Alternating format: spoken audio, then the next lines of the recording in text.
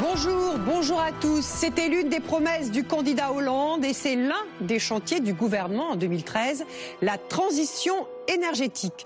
Objectif, consommer moins, polluer moins et réduire le poids du nucléaire dans la production d'électricité.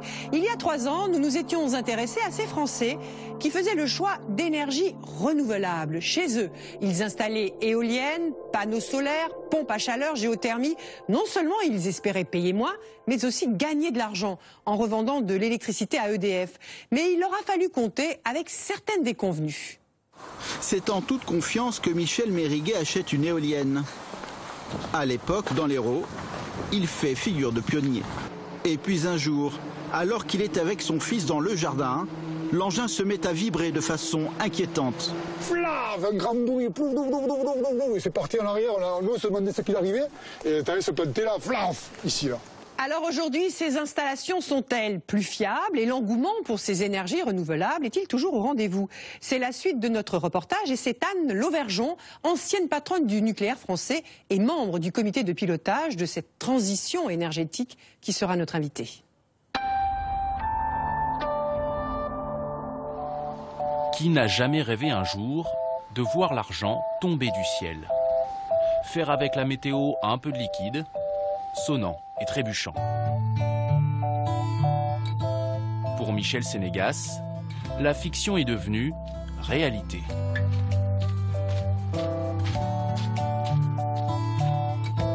Dans sa boîte aux lettres, un courrier que tout le monde aimerait recevoir vient d'arriver. Un chèque de la part d'EDF.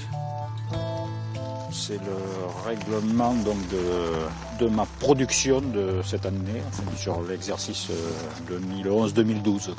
C'est 2297,95 € dans ma poche. Ça permettra de compenser les faibles retraites. Un bonus qu'il a gagné grâce à des panneaux solaires posés sur son toit. Avec son installation, Michel produit de l'électricité qu'il revend à EDF, 58 centimes du kilowattheure. Du coup, quand il fait beau, les euros pleuvent.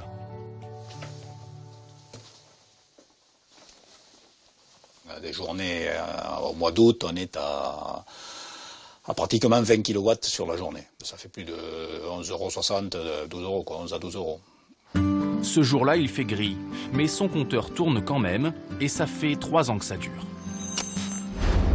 Lors de notre premier reportage, Michel avait pourtant hésité avant de se lancer. Nous l'avions suivi lors de son premier rendez-vous avec un installateur. Ce qui a convaincu le propriétaire des lieux de se lancer dans l'aventure, c'est d'abord l'orientation de sa toiture. On est orienté plein sud à 5 degrés vers l'ouest. On est quasiment à 5 degrés près, on est dans les conditions optimales. On est sur une offre, mais l'installateur a surtout apporté le devis. De là, vous avez un crédit d'impôt de 8 000 €, ce qui fait 19 000 moins 8 à 11 000 €.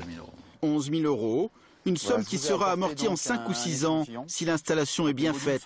Mais sur ce point, Michel a été invité par son banquier à la plus grande prudence. Mon conseiller m'a dit, faites attention, il y a à boire et à manger, comme on dit, dans la profession.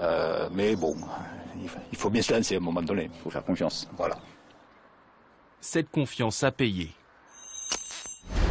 Grâce à la revente de son électricité, un tiers de son investissement a déjà été remboursé. C'est quand même un investissement non négligeable au départ. Bon, mais aujourd'hui, je ne regrette pas parce qu'effectivement, bon, j'ai peut-être eu la chance de tomber sur une entreprise sérieuse qui m'a fait du très bon travail. Aujourd'hui, c'est quelque chose qui est très bien. Le retraité avait fait appel au service de Bruno Broncard.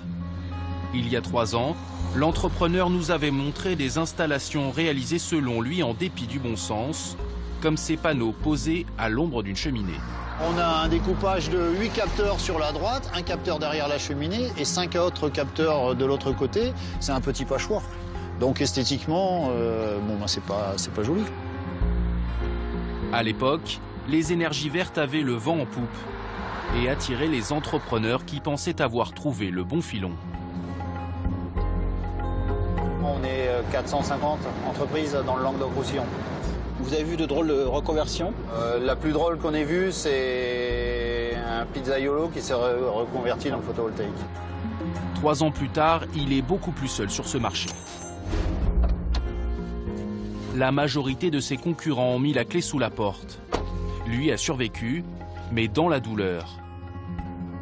Les camions de son entreprise ne quittent plus souvent le parking de son pavillon. Sur 17 salariés, Bruno n'en a conservé que 6. C'était assez dur aussi de se séparer du personnel, de voir que ces véhicules, bon, tournent pas, ils s'abîment, ils sont là pour rien, quoi. C'est dommage, totalement. C'est comme ça, c'est la vie. On n'y peut rien, c'est pas nous qui avons choisi. Voilà. Le secteur a traversé la crise la plus grave de sa jeune histoire. Fin 2010, les crédits d'impôt et les tarifs de rachat de l'électricité solaire par EDF n'ont cessé de baisser. Et beaucoup de particuliers ont été découragés d'investir. Ah, c'est dans la compta. Aïe, aïe, aïe, ça j'adore. Ça va, j'ai tous les tickets de carte bleue. Aujourd'hui, le carnet de commandes de Bruno et de sa femme est beaucoup moins épais. J'ai moins de factures à classer, du fait qu'on a moins d'achats, donc voilà, moins d'activités, moins de ventes. Moins de personnel. Voilà, moins de personnel. À préparer les payes, ça prend 2 fois moins de temps que l'année dernière, ça c'est sûr. On a perdu 80% de notre chiffre d'affaires en claquement de doigts comme ça. Comment une entreprise, comment les entreprises peuvent s'en sortir? C'est pas possible. C'est pour ça qu'à ce jour, on n'est pas les derniers des Mohicans, mais presque. Toutes les entreprises qui avaient notre taille ont jeté l'éponge. Il y a quelques semaines, le gouvernement a annoncé un plan pour relancer la filière. Les tarifs de rachat par EDF devraient être relevés jusqu'à 15%. Des mesures très attendues car en 3 ans, les 3/4 des installateurs ont disparu, avec souvent de lourdes conséquences pour leurs clients. Après 800 mètres, prenez la sortie. Nous nous rendons dans un petit hameau du centre de la France. L'endroit est reculé, l'hiver rigoureux. Depuis 7 ans, c'est là qu'habite la famille Sabatier, Cathy, Richard et leurs 2 enfants. Fatigués de vivre avec les coupures d'électricité dues aux intempéries, ils avaient un beau projet. Coupler des panneaux solaires à une éolienne pour se passer du réseau EDF en cas de coup dur. On devait être autonome. En cas de grosse coupure, on devait avoir au maximum 2 jours d'autonomie en ayant une consommation modérée. Et c'est pas le cas, du tout. Car en dépit des apparences, le chantier commencé il y a 9 mois est loin d'être terminé. Il suffit d'aller dans la grange pour s'en rendre compte. Au printemps dernier, l'entreprise était censée tout terminer. Les techniciens interviennent jusqu'à 2 heures du matin pour raccorder l'éolienne à cette armoire électrique. Pourtant, après leur départ, Richard a une mauvaise surprise. Déjà le voyant d'alarme qui est allumé, qui a un problème sur les batteries. Et ensuite, on peut voir là tous les câbles qui se sont dénudés, débranchés. Là, on en a 2 qui sont jumelés ensemble avec un bout de Chatterton. Et une batterie qui a coulé, on voit tout le liquide qui est au fond de l'armoire électrique. C'est ni fait ni à faire, et puis bon, c'est dangereux. Il peut y avoir un début d'incendie, il peut y avoir un court-jus.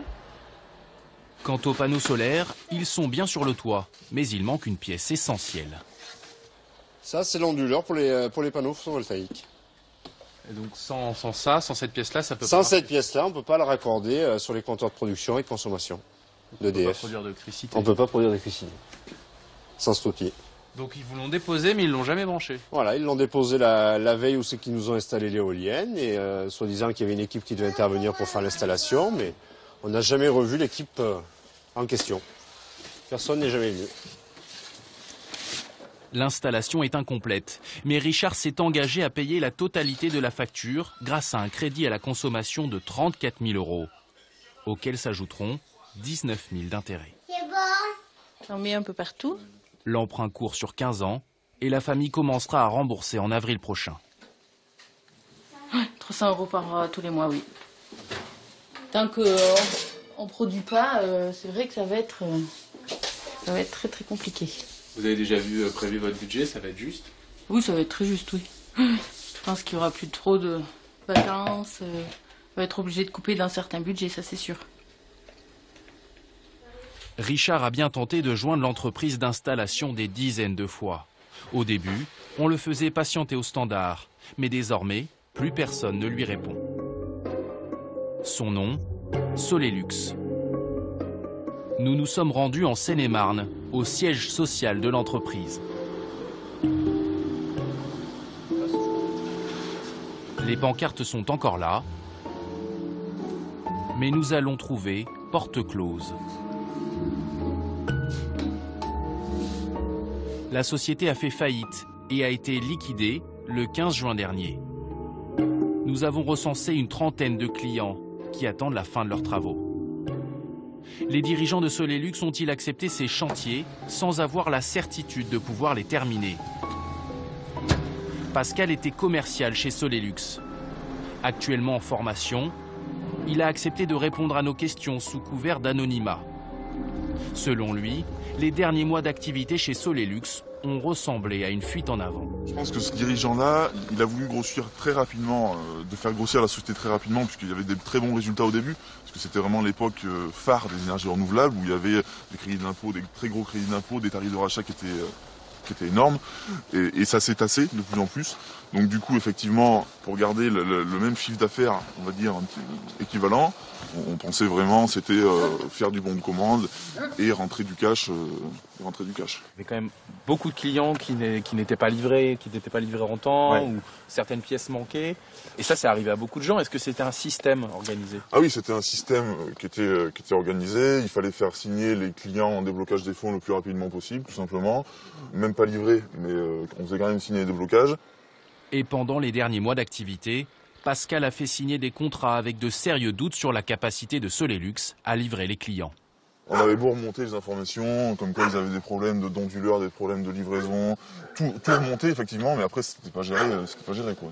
Aujourd'hui, Pascal a un peu mauvaise conscience à cause des conséquences de cette course au chiffre d'affaires qu'il décrit. Nous avons contacté le gérant de Solelux. Il a refusé de nous rencontrer.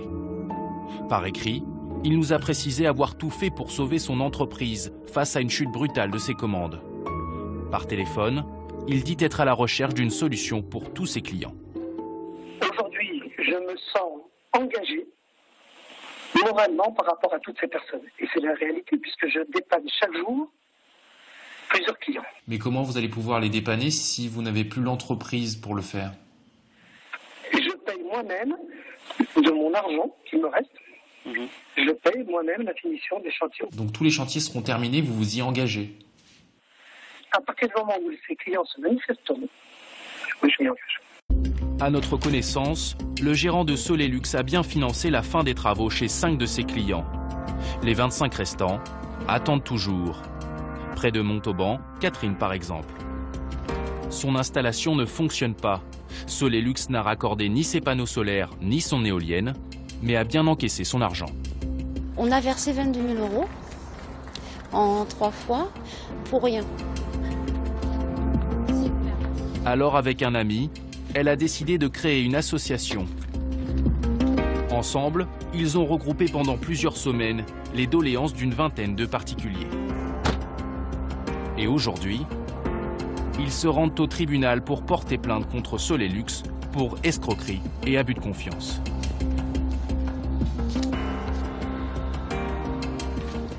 Donc vous avez les dépôts de plainte des victimes, la requête que nous, au niveau de notre association, on produit auprès du procureur, les différents dossiers des victimes. Au-delà de son cas personnel, Catherine espère que sa plainte attirera l'attention des pouvoirs publics sur un secteur où se côtoierait le pire comme le meilleur. Ça va permettre de faire le ménage et peut-être d'avoir que l'État ait un regard sur ces sociétés qui s'ouvrent et qui ne sont pas capables de faire cette prestation, qui ne sont pas du tout, n'ont pas les compétences pour faire cette prestation, en fin de compte, c'est ça. Donc je pense qu'il faut redonner une bonne image à l'éolien et au solaire et faire comprendre aux gens qu'il faut mieux faire appel à des artisans, à des gens qui ont la compétence. Sur la base de leur plainte, le procureur de la République de Montauban vient d'ouvrir une enquête préliminaire. En attendant ses conclusions, une certitude.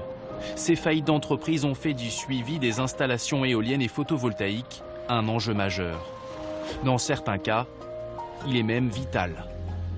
Près de Limoges, monsieur et madame Delia ont fait construire il y a 5 ans la maison de leurs rêves. 200 mètres carrés, tout confort, et pourtant à 70 ans, ils sont contraints de camper dans leur salon. Je le vis très mal parce que j'étais habituée à avoir une grande maison et je fais du camping. C'est fatigant? Ben, c'est pénible, oui. C'est pénible. On cherche toujours nos affaires, on ne sait pas où c'est. Il faut toujours courir après. Et puis on ne peut pas dire que ce soit bien agréable, quoi. Et ça fait combien de temps que ça dure, Eh bien, ça fait plus de 6 mois. Depuis le 9 juillet, donc c'est trop. Trop maintenant. Ça suffit. Le 9 juillet dernier, vers 13 h, un incendie se déclare sur le toit de leur pavillon. Plus précisément, au niveau de leurs panneaux solaires. Il n'y a pas le doute, hein. On voit bien que le feu prend directement au niveau du toit. C'est allé vite? Ah oui, très vite. En 10 minutes, le dégât était fait. Le toit s'effondre et la moitié de la maison est détruite. Les pompiers arrivent trop tard. Monsieur Delia, qui a tenté d'éteindre lui-même l'incendie, est victime d'un infarctus. Plusieurs mois après, le traumatisme demeure. Mais c'est douloureux toujours? C'est douloureux parce que j'y repense même la nuit, je fais des cauchemars et sitôt que j'entends un bruit bizarre, je sursaute, c'est pas normal. Je crois que la vache a bougé. La moitié de leur maison est condamnée. Leur assurance doit déterminer le responsable du sinistre. Mais les Delia, eux, sont convaincus. Les panneaux solaires auraient surchauffé. Les fissures, c'est pas bon du tout, ça. Il faut vraiment que tout soit rasé. D'autant que 10 jours plus tard, un fait divers identique s'est produit à quelques kilomètres de chez eux.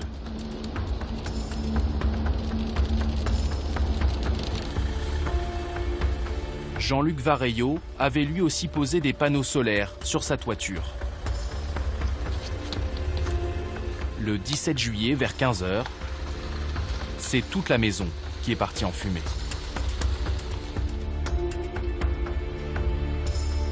Là, ici, c'était le garage, ce qu'il en reste.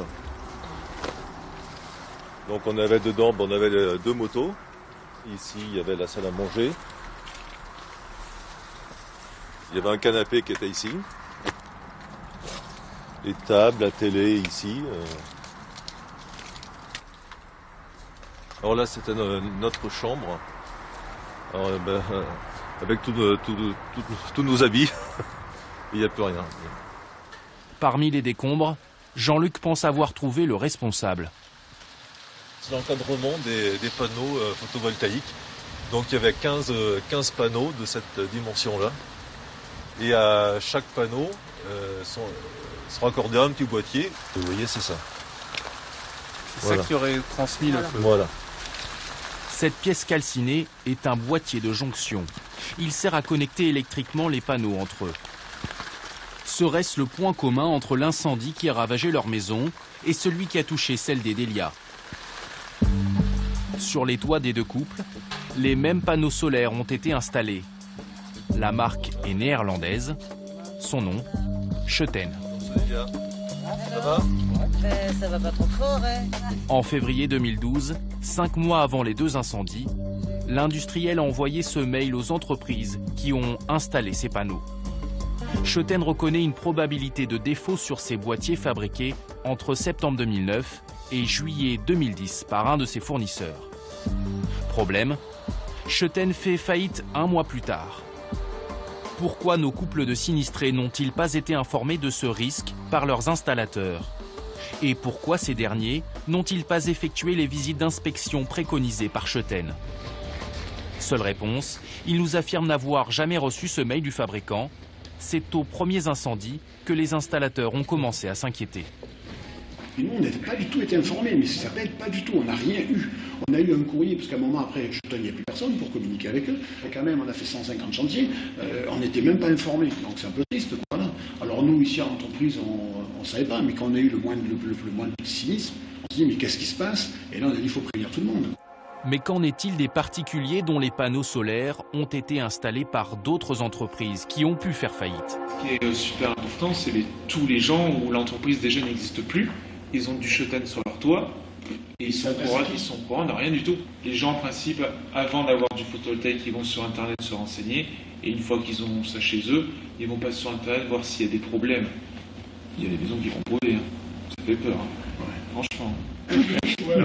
Cet installateur a prévenu ses clients, mais pas question pour lui de changer à ses frais les boîtiers potentiellement à risque. Selon nos informations, 5000 maisons en France en seraient encore équipées. Le repreneur de chetaine décline toute responsabilité mais propose des visites de contrôle pour les clients qui en feraient la demande. Quant aux victimes des incendies, elles n'en sont qu'au début d'une longue série d'expertises.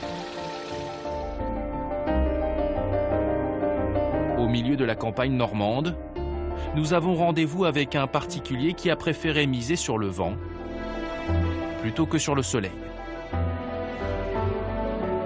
Il s'appelle Edvard. Il y a 3 ans, une éolienne a poussé dans son jardin. Avant d'investir, il avait pris le temps de bien réfléchir. Donc la maison est face à nous, orientée plein sud. L'éolienne légèrement à l'ouest par rapport à elle. On a un bon dégagement à l'ouest qui permet de bénéficier des vents les plus dominants. Lors de notre premier reportage, Edvard l'affirmait haut et fort. Il n'avait pas acheté du vent. Il y a quelques mois, il a réalisé un rêve d'enfant, produire son propre courant grâce à une éolienne.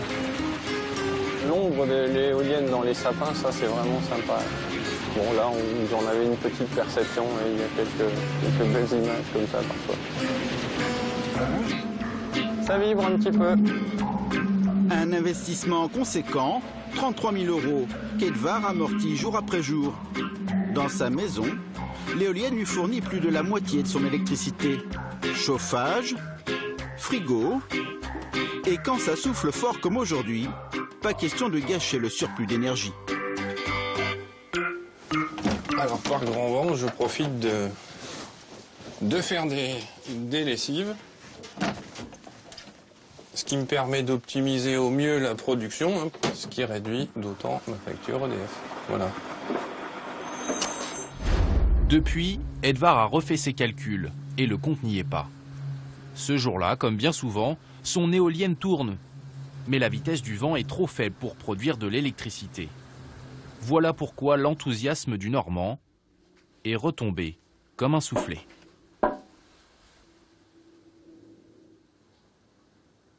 J'imaginais m'approcher beaucoup plus de l'indépendance énergétique, entre guillemets. On en est loin, il faut être honnête. Je suis au tiers de l'indépendance, on va formuler ça comme ça. Faute de pouvoir se chauffer grâce à l'électricité de son éolienne qui produit 2 fois moins que prévu, Edvard a installé un insert à bois. À la signature du contrat, un détail lui avait échappé. L'installateur lui avait présenté des prévisions de production basées sur une vitesse de vent constante de 5 mètres par seconde. Or, dans la réalité, les rafales sont plus aléatoires.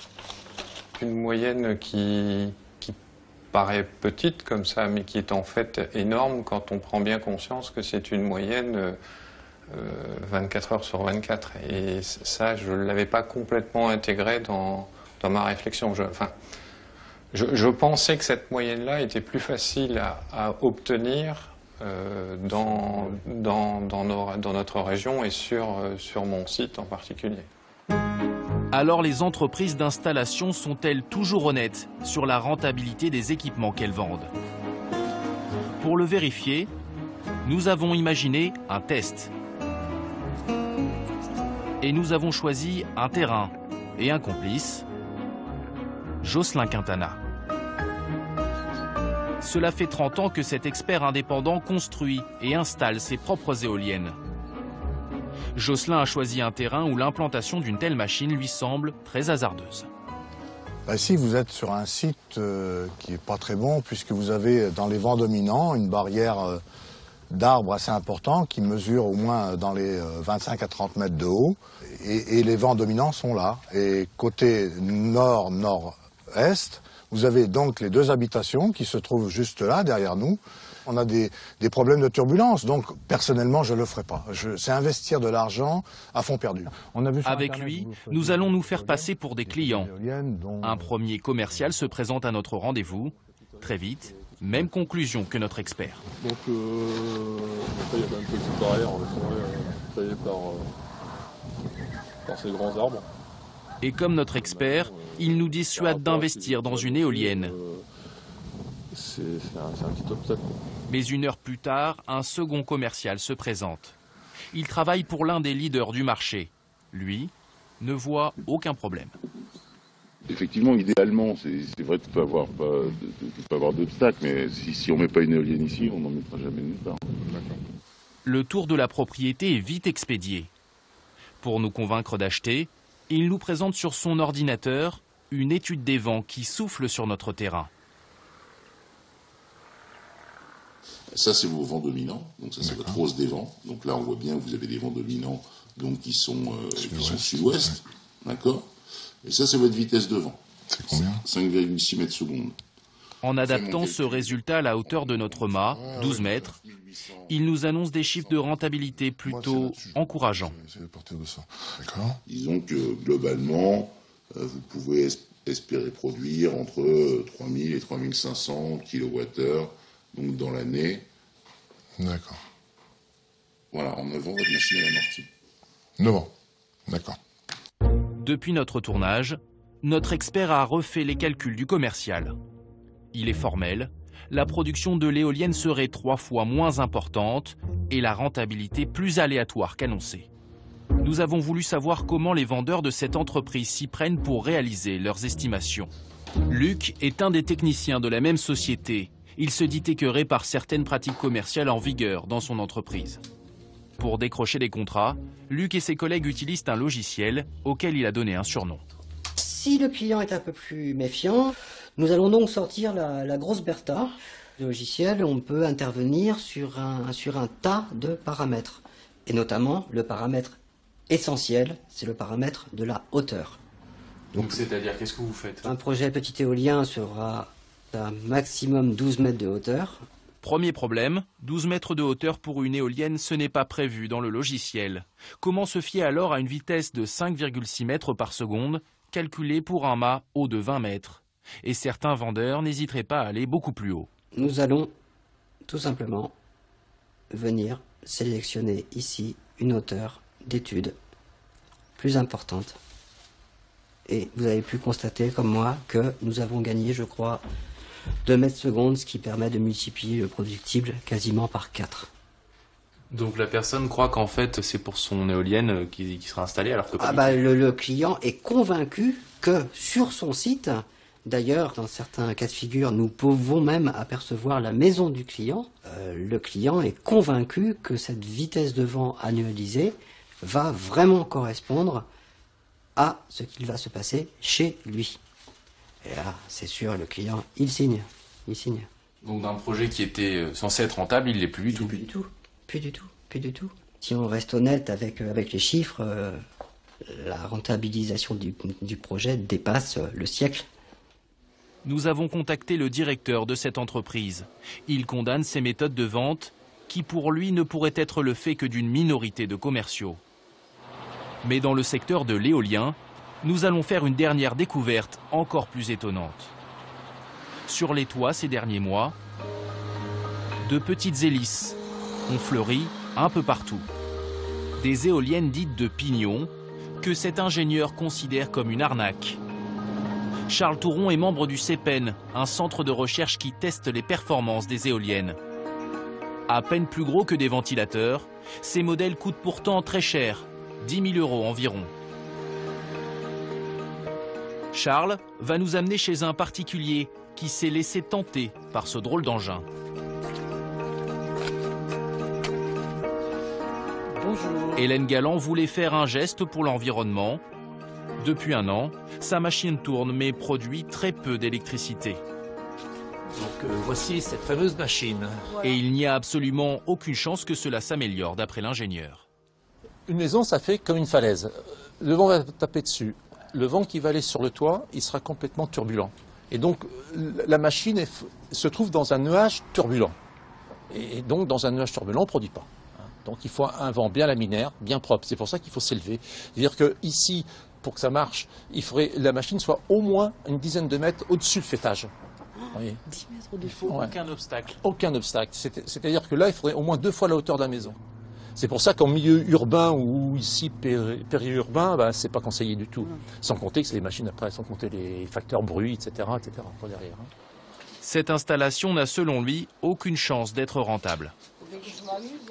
C'est une petite machine donc qui produit pas assez pour que ce soit sensible sur votre consommation propre de maison. On a économisé 10 € alors que ce qui était prévu, c'était 650 l'année. Voilà l'année. Donc c'est ça la catastrophe, c'est ça quoi. Voilà l'exemple. Et avec les 10 €, c'est pas avec ça que vous allez rembourser le prix de la machine.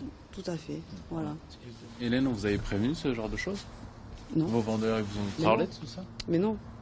Mais non, ils nous ont pas parlé de tout ça. Ils nous ont parlé que des points positifs. Enfin, des points positifs, des faux points positifs en fait, parce que vu que c'est pas vrai, non. Vous avez dit il n'y a pas de problème avec le vent ici. Ben oui. Et comme c'est vrai qu'il y a du vent, voilà, on les a crus. D'accord. On est dans le cas typique de machine qui ne produira jamais, quoi. Hein. Donc voilà, c'est l'exemple de ce qu'il ne faut pas faire. On l'a fait. Voilà. Hélène n'est pas la seule à avoir investi dans une éolienne de pignon. Dans son quartier, 6 familles en ont acheté. Hélène et ses voisins tentent justement de s'organiser pour faire pression sur leur installateur. Ce dernier a depuis multiplié les offres commerciales. Ils veulent me mettre carrément le Black 600. Non, moi, ils veulent me mettre le photovoltaïque. Ah ouais. Tandis que moi, non, ils veulent juste réparer, c'est tout. Mais ils refusent catégoriquement d'enlever les éoliennes et surtout de leur rembourser les 10 000 €. Au téléphone, ils se montrent même plutôt expéditifs. Nous, on est prêts à vous aider. Si vous voulez pas qu'on vous aide, qu'est-ce qu'il faut dire? Voilà, c'est vos problèmes, je peux rien faire pour vous. Sur ce, j'ai plus rien à vous dire. La prochaine fois que vous avez besoin de quelque chose, il y en a un qui m'appelle ou il y en a l'autre qui m'appelle, mais vous ne me battez pas en même temps parce que je ne supporte pas ça. Voilà. À court de solutions, Hélène et ses voisins se sont tournés vers la direction de la répression des fraudes. Une enquête vient d'être ouverte. Panneaux solaires, éoliennes, géothermie. Aujourd'hui, 13% de l'électricité en France est produite grâce aux énergies renouvelables. Chez les particuliers, elles doivent encore faire leurs preuves, ou l'engouement qu'elles suscitent pourrait vite retomber.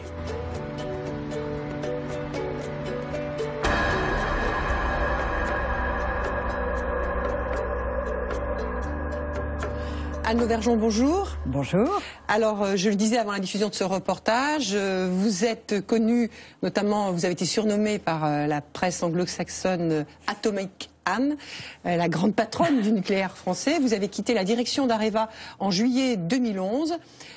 Aujourd'hui, vous êtes copilote d'un comité d'experts pour la transition énergétique.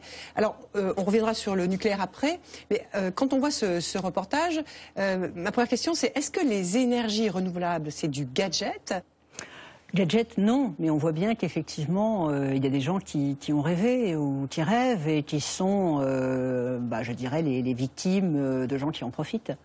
Donc je crois que c'est très utile. Oui, votre film est très intéressant et très utile parce que je crois qu'effectivement c'est une bonne façon d'alerter ceux qui partiraient un petit peu naïvement en se disant formidable, je vais devenir autosuffisant en énergie et puis je vais revendre une partie de cette énergie à l'extérieur, ça va me faire une rente, etc. Ça c'est pas crédible. À l'heure actuelle, il faut aussi concevoir que il y a l'investissement qui est très significatif, et puis après il y a du fonctionnement, il y a de la maintenance, comme le disait un monsieur, effectivement qui n'avait pas vu qu'il fallait maintenir, et puis il y a des aléas. Bon, ça n'empêche pas que ça n'est pas un gadget et qu'effectivement, je pense qu'il y a un vrai avenir à cette énergie décentralisée. François Hollande a promis de réduire de 75 à 50% le poids du nucléaire dans la production d'électricité. Qu'est-ce que vous en pensez ? Passer de 75 à 50%, il y a deux façons d'y arriver.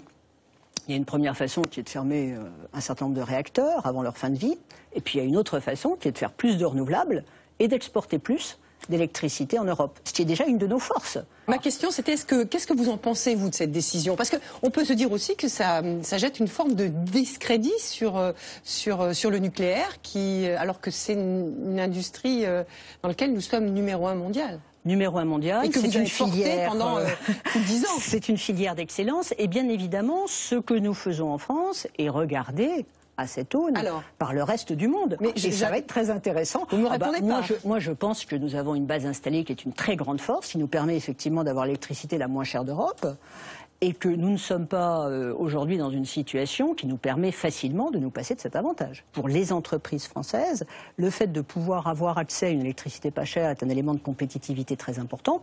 Et puis pour les ménages, la facture électrique, c'est un élément très, très fort. Donc vous n'êtes pas favorable au démantèlement des centrales nucléaires? Mais j'y reviens. S'il y a une décision politique, c'est une décision politique. Mais à titre personnel, c'est bien sûr pas ce que je prônerais. Quand on vous dit que vous êtes pro-nucléaire, c'est quelque chose qui vous gêne?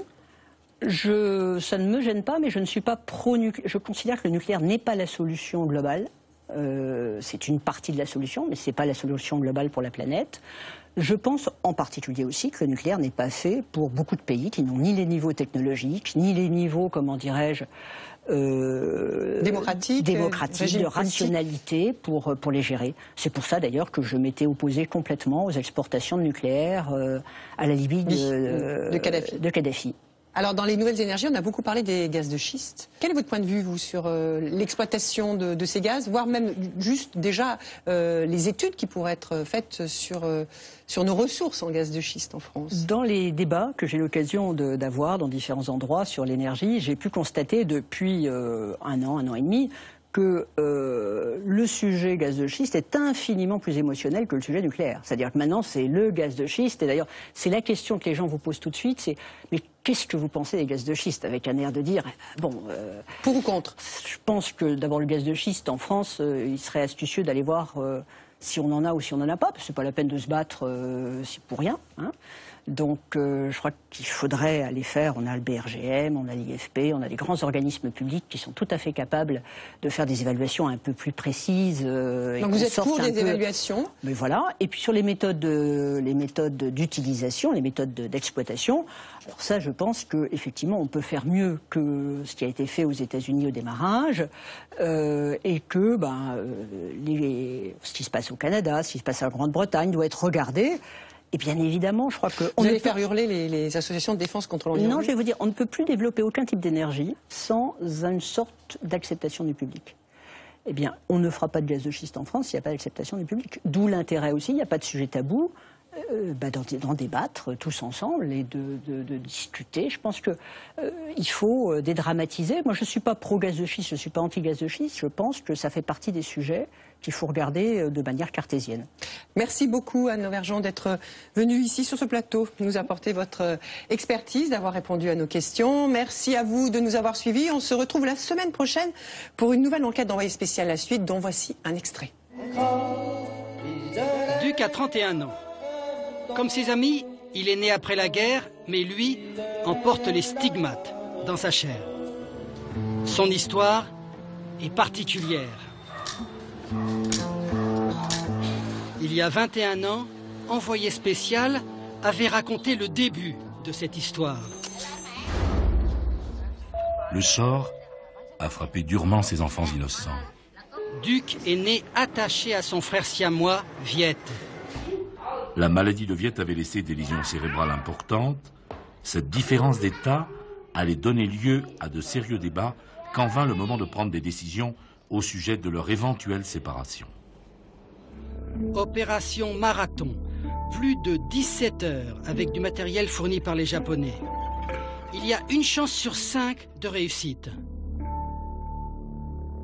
Devant ces images, Duc revit ce qui fut pour lui comme une seconde naissance. Juste après l'opération, je me suis senti libre, du fait même que je n'étais plus attaché à mon frère. Ce fut un bouleversement complet, la liberté, l'autonomie, l'aisance dans la vie de tous les jours.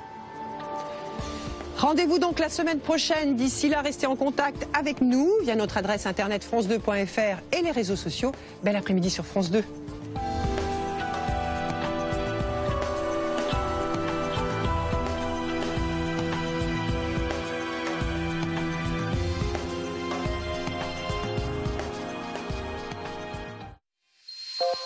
Dès maintenant, pour plus d'infos sur les reportages, rendez-vous sur france2.fr.